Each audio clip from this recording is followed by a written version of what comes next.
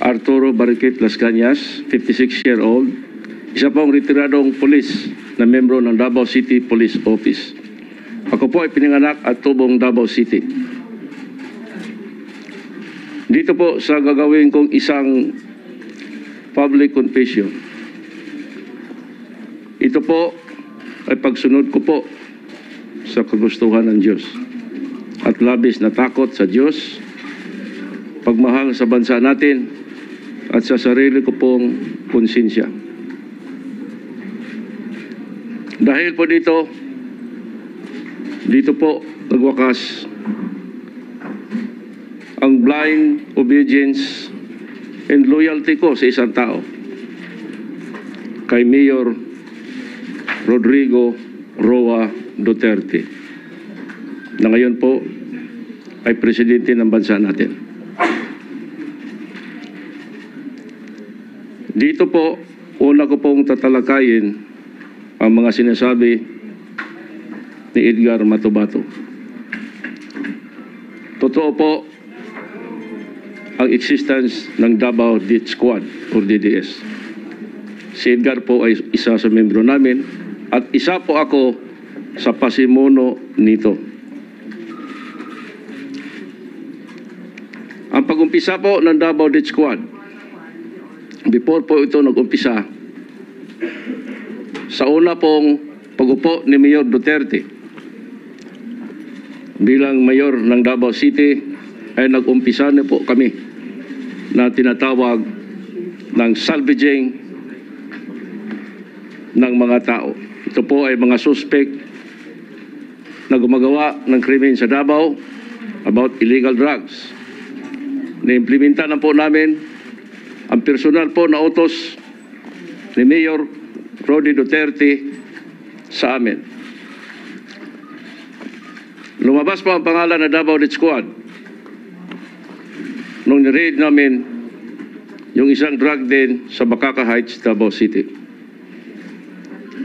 Dito po, ang City Director ng Davao, kung hindi ako nagkakamali, ay si Colonel Isidro Lapina. Dito po nataasan si Major Ildefonso Asintista na mag-compose ng grupo na gagawa ng assault dito sa bahay ng isang Alan Tancio na believed to be a drug lord. Nag-compose po kami ng grupo. Ako po, si Major Asintista, SPO 3 Jerry Baguhin, SPO 4 Paulincio Pabo, SPO 1 Jim Tan, SPO 1 Junito Ubales, at may iba pa po. At dito, kinuha po namin ang serbisyo na tinatawag na rebel returnees na galing sa Agdao area. Ito po ay lead by one Chris Lanay. Nitrain po namin sila sa pag-assault sa bahay na yon doon po sa Laod Quarry, lead by SPO4 Bin Laod. After 5 days of training, ni-raid namin yung bahay ni Alan Tancio, lead by Chris Lanay at saka yung mga dating rebel returnees ng New People's Army. Dito po napatay ang katulong ni Alan Tancio. Wala po kaming nakuhang shabu. At dito nag-umpisa ang Davao Death Squad. Dahil po may iniwan kaming note na ito wag pamarisan, and then nakalagay doon Davao Death Squad. Ito po ang umpisa sa lahat po mga ginagawa naming pagpatay sa Davao City. Ilibing man o itapon namin sa laot, ito po ay binabayaran kami ni Mayor Rody Duterte. Kadalasan 20,000, minsan 50,000, at depende po sa status ng target, minsan 100,000. Ako po ay tumanggap ng allowance galing sa Office of the Mayor ng matagal ng panahon. Tumanggap ako ng 100,000 pesos. Una ko pong tatalakayin yung sinabi ni Edgar Matubato noon sa Senado. Yun po ang bombing ng mga Muslim mosque. Ito po ay totoo. Isa po ako sa inutusan ni Mayor Rody Duterte personal. Ako, si Major Makasait, Major Asintista, SPO4 Binlaod, SPO4 Desiderio Cloribel, SPO4 the late Boy Pabo, SPO3 Cherry Baguhin, SPO3 Teodoro Pagidopon, and SPO2 June Narisma. Nung nangyari po ang pagbomba sa San Pedro Cathedral, kung hindi ako nagkamali, 2 days after, pumunta si Mayor Rody sa opisina ng Anti-Crime Group. At dahil kami po ang core group, kami lang po ang personal na inutusan niya na gumanti sa pagbomba ng San Pedro Cathedral sa pamamagitan ng pagbomba sa mga Muslim mosque na within the EOR of Davao City. Hinati po ang grupo namin sa 3 group with the support of the Rebel Returnees Group. Ang grupo ko po ay pinangunahan ni SPO4 Dick Loribel, ako, si SPO4 Boy Pabo, at isang RRA o Rebel Returnee na tinatawag namin na Force Multiplier.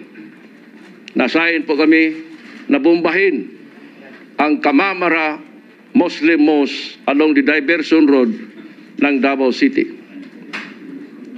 Binomba po namin ang Kamamara Mosque gamit ang granada. Yung grupo ni Edgar, sa ibang sulok sila ng Davao City. And then po, the following day, nag-announce po si former Senator Nini Pimentel na merong anarchy sa Davao City. And then dahil po doon, nagbigay sa amin ng instruction ang task group commander namin na si dating Major Makasait na to stop the bombing operation. Baka magkaroon ng isang Senate inquiry. And then for several days, binigyan kami ni Major Makasait ng 200,000 pesos. Ang sabi niya, meron pinadala si Mayor Rudy na 300. Sa amin ang 200,000, sa kanya ang 100,000. Dito po, patutunayan ko na totoo ang sinasabi ni Edgar Matubato. May isa pang incident. Ito po ay paggawa namin na pagmasakir sa isang buong pamilya na taga General Santos City. Ang nangyari po ay ganito. Merong kaso sa Davao City noon, way back 20 plus years ago. Merong kinidnap na isang Mrs. Abaca sa Davao City. Kami po ang naatasan ni Mayor Rody Duterte personal na to conduct an investigation in hot pursuit operation sa mga suspect. Nagbuo po ng isang team si Major Makasait. SPO4 Dick Loribel at team leader namin, si SPO4 Binlaod, SPO4 Boy Pabo, SPO3 Jerry Baguhin, SPO3 Teodoro Pagidopon, and myself. Nalibot namin ang sulok ng South and North Cotabato. Pero hindi namin nasolve ang kaso.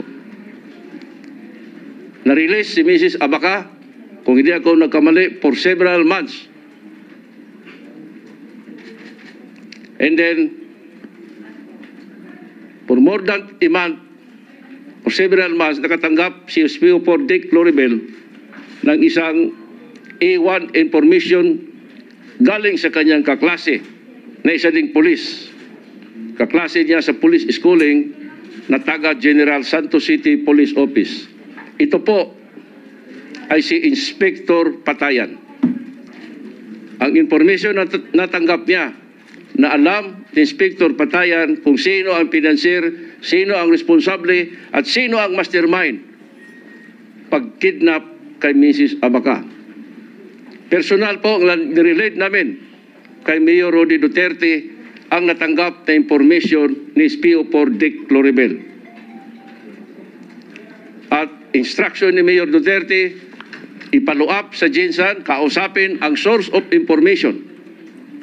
And agad-agad po, pinuntahan namin sa General Santos City at doon na-meet ko personal ng grupo namin si Inspector Patayan, malapit sa City Hall ng General Santos City.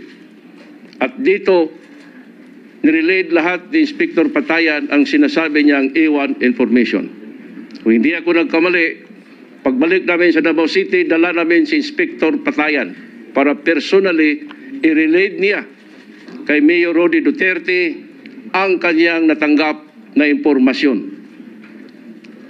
At sa Davao City po, personal na nakausap ni Inspector Patayan, kami, si Mayor Duterte at si Major Magsaysay.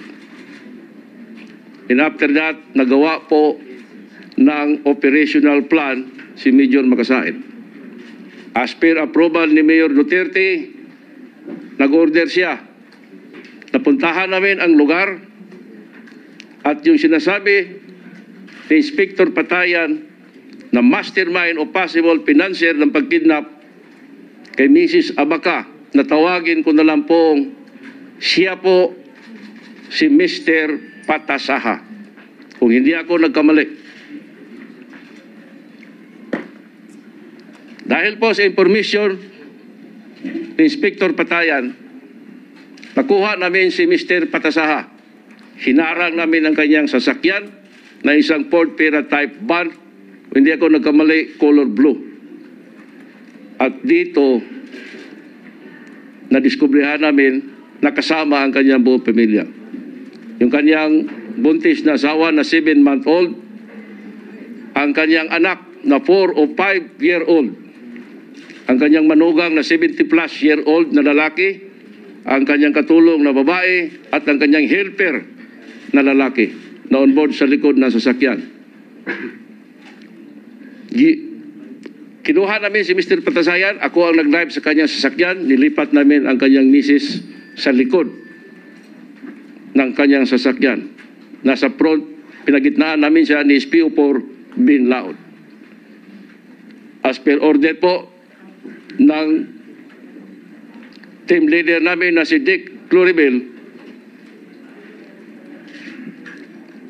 dinala namin ang sasakyan going to Davao City. Pero while on mobiling, nag-order si SPO4 Floribel. Nung lumabas na kami sa siyudad ng General Santos City, going to Malongan area ng Sarangani Province, tinabi ko ang sasakyan. Dito po, nilipat namin ang buong pamilya. Ang dala namin sasakyan ay isang Tamaraw FX van type color white at yung pick-up na dala ni SPO4 Floribel na Toyota Hilux. Ang sasakyan po ni Mr. Patasaha ay giparking ko doon sa isang madamong lugar along the highway. In short po, nadala namin si Mr. Patasaha sa Laod Quarry as instruction ni Dick Floribel. At dito sa Laod Quarry, may isang bahay na doon, nilagay namin si Mr. Patasaha, yung kanyang manugang na lalaki, yung helper na lalaki, at saka yung katulong na babae. Si Mrs. Patasaha ay nasa labas doon sa isang open na kubo. At saka yung kanyang anak na 4 o 5-year-old na lalaki. Dito nagkandak ang grupo namin ng initial investigation about sa kidnapping na allegedly itong subject na tao na pinangalanan kong Mr. Patasaha ay isa sa mga financier o mastermind. For more than an hour, inutusan ako ni SPO4 Floribel na drivean ko ang van type namin na sasakyan. Dahil puntahan namin si Mayor Rody Duterte para i-report niya ang initial findings niya sa kanyang investigation about sa subject na tao. At i-explain din niya kung bakit nadala ang buong pamilya. Pumunta po kami sa isang lugar sa Iculan, Davao City, at doon po si Mayor. Doon din si Major Makasait. Ako, si Dick Loribel, si SPO3 Pagidopon ang pupunta. Ako ang nag-drive sa sasakyan namin. At dito po nilatag lahat ni SPO4 Loribel ang kanyang initial findings ng kanyang investigation. At dahil dito, nag-commence si Major Makasait na positive itong subject na involved sa kidnapping, dapat erase na at erase ang lahat. Meaning, patayin na at patayin lahat. Dito po, nagbigay ng ghost signal si Mayor Rody Duterte. Ang sabi niya, sige, limpyo lang. Bisaya parlance po ito. Ang ibig pong sabihin, sige, malinis lang. In short po, bumalik kami sa Quarry. Doon, sumunod si Major Makasait. Nagdala pa siya ng pansit, tinapay at soft drinks dahil ang naiwan ng mga kasama namin sa Quarry o wala pang pagkain. At dito po, meron silang conversation ni SPO4 Loribel at umalis si Major Makasait. Siguro for more than an hour.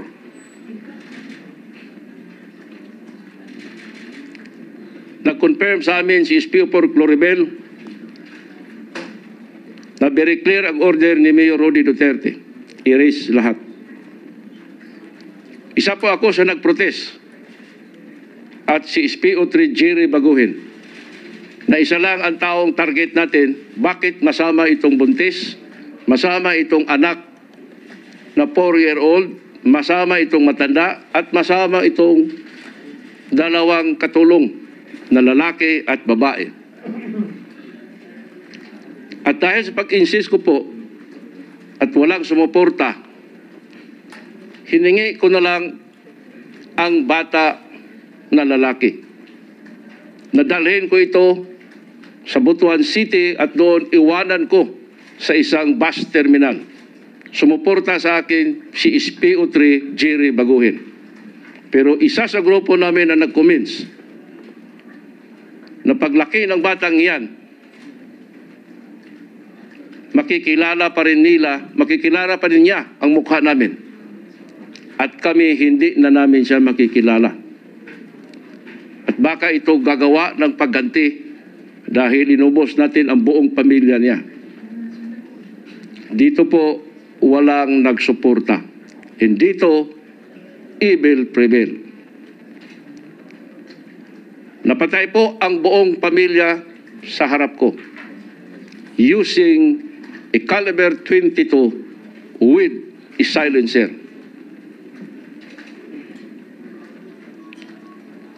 And the rest po is history.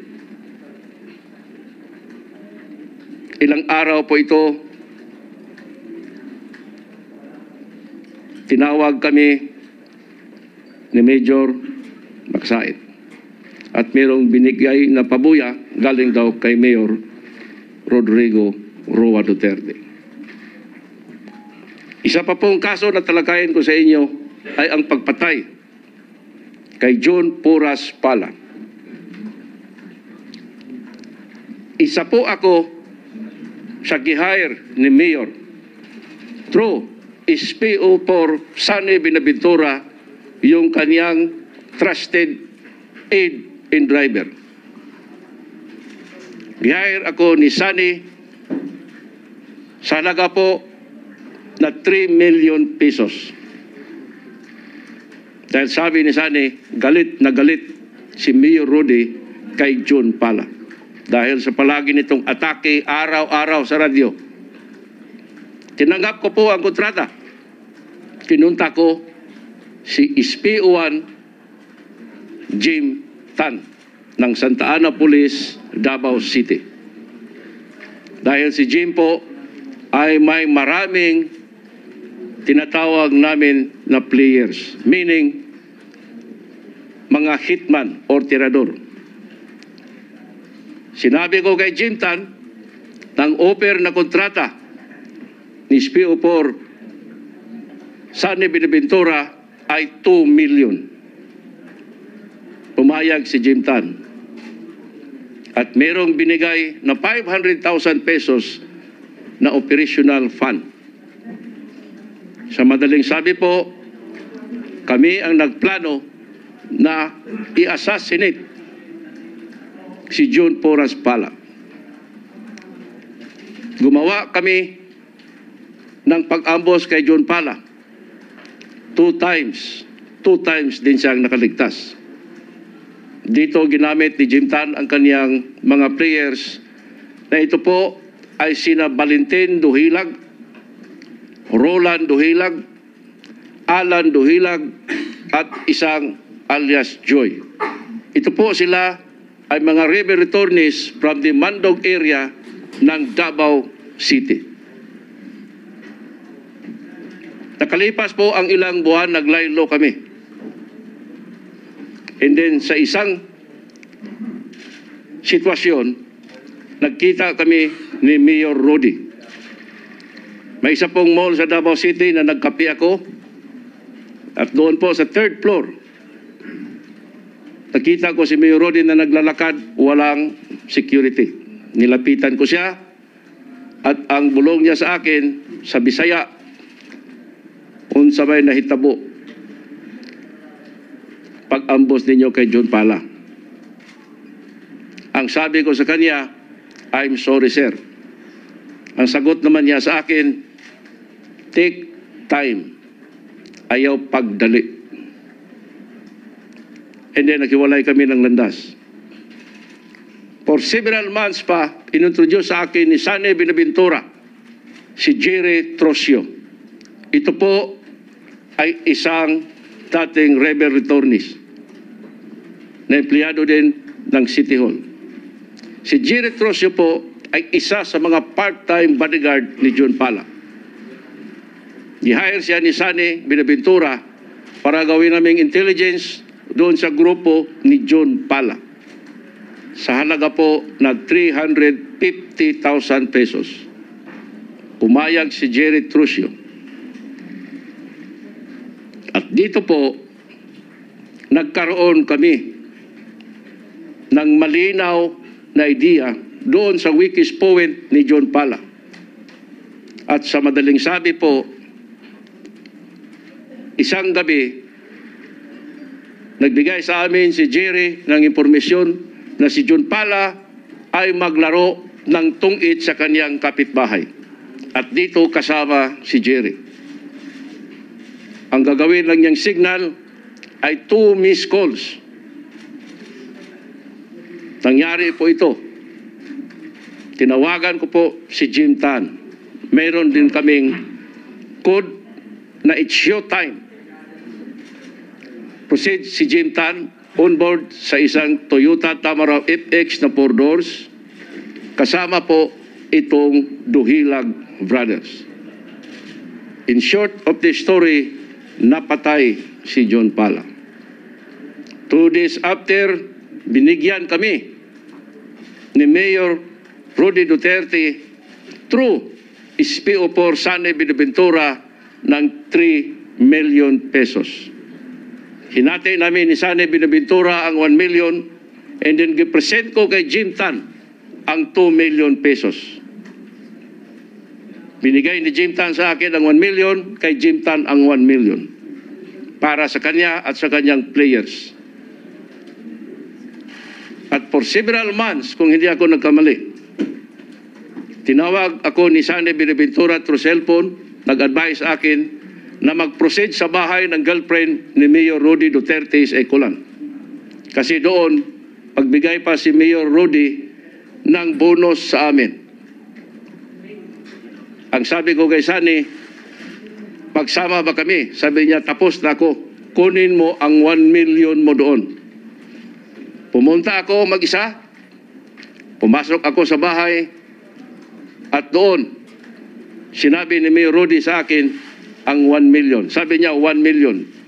Tinanggap ko at sabi ko, salamat sir. And then umalis ako. Ito po ang buong katotohanan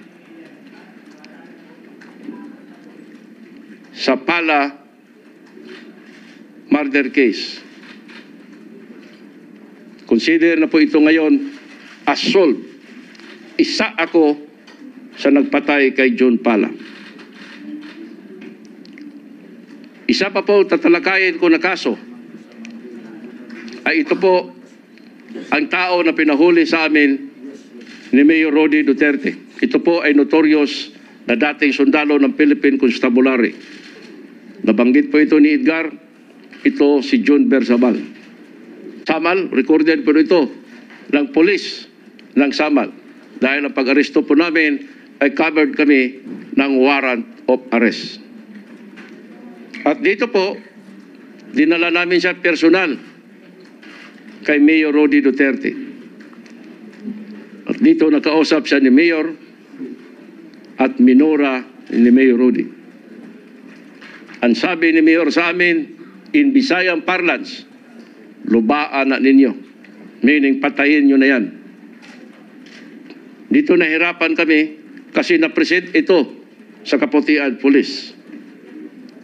Ang kasama ko po na nag-present sa kanya, si SPO3 Jerry Baguhin, si SPO4 Boy Pabo. At dito po, nahirapan kami. Pero ang ginawa namin, pinuntahan namin, ang Chief of Police ng Sigaboy Police Station. Kasi dito po, na-issue ang warrant of arrest from the Davao Oriental Court. Dahil dito, kinausap namin ang station commander ng Sigaboy na noon po ay si Inspector Romel Mitra. Dito po binigay namin kang Inspector Mitra ang gusto ni Mayor. Pumayag po si Inspector Mitra dahil notorious nga itong taong ito, si John Bersabal. Sabi namin kay Inspector Mitra, pirmahan mo lang yung logbook namin na you receive the living body of John Bersabal. Pagkatapos nito, isenaryo mo mamayang gabi na si John Bersabal ay naka-escape. Dahil sa gabi ngayon, pag-uwi namin ng Davao, along the way, itatapo namin ang katawan ni John Bersabal. Nangyari po ito. Nakita si John Bersabal, banda ng Compostela Valley, patay na. Dito po, nakasuhan po kami at ang Sigaboy Police. Pinatawag kami sa Commission on Human Rights ng Davao City. At dahil po dito, gipresent namin yung logbook na na-receive ang katawan ni John Bersabal, buhay ng Sigaboy Police. At dito hindi kami nasama sa kaso. Ang nakasuhan lang po yung isang pulis na kinausap namin na huwag siyang mag-alala kasi si Mayor Rudy na lahat ang bahala. In fact, gipresent namin siya bago kami nag-present sa CHR ng Davao City. Personal kay Mayor Rudy at si Inspector Mitra. At sinabi ni Mayor Rudy na huwag siyang mag-alala, siya ang bahala lahat. Pati na sa kanyang salary sa pulis na mawala kung masuspended siya. At dahil po doon sa kaso niya sa human rights, na suspended itong pulis na ito. Pagkaalam ko, 6 months. Pero kontinto naman siya sa kanyang suspension. Ito po ang buong katotohanan. Isa pa po, dahil po sa may blind loyalty and obedience kay Mayor Rudy Duterte at sa kanyang campaign against criminality and illegal drugs,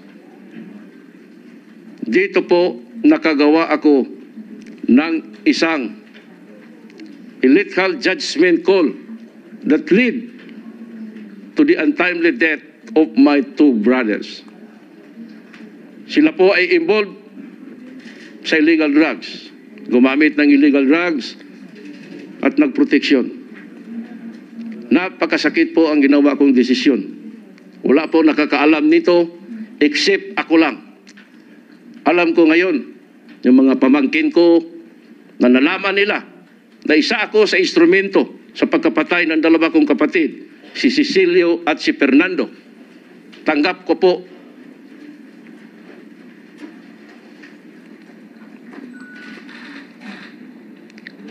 kung anong mangyari sa akin. Dahil po sa sobra kong loyalty sa kanyang campaign, nagawa ko po ito. Sarili kong dalawang kapatid, pinapatay ko.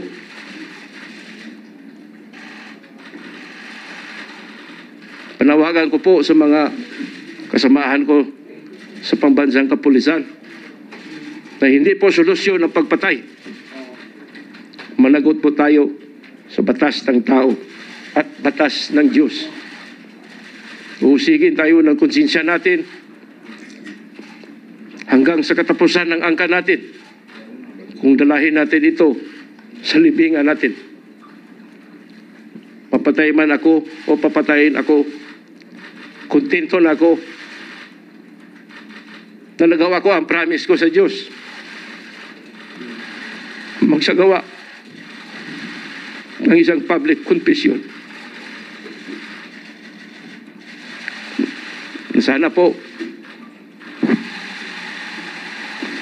darating ang panahon na magkaroon tayo ng isang pambansang kapulisan na totoo po na may dangal,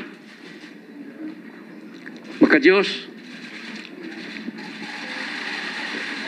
makabayan at nakatao, na totoo po tungkulin ang kanyang sinumpaang tungkulin na magsilbi sa bayan, to serve and protect para po sa ikabubuti ng nakararami. Hindi po to serve and collect. God bless po sa bansa natin at sa pambansang kapulisan.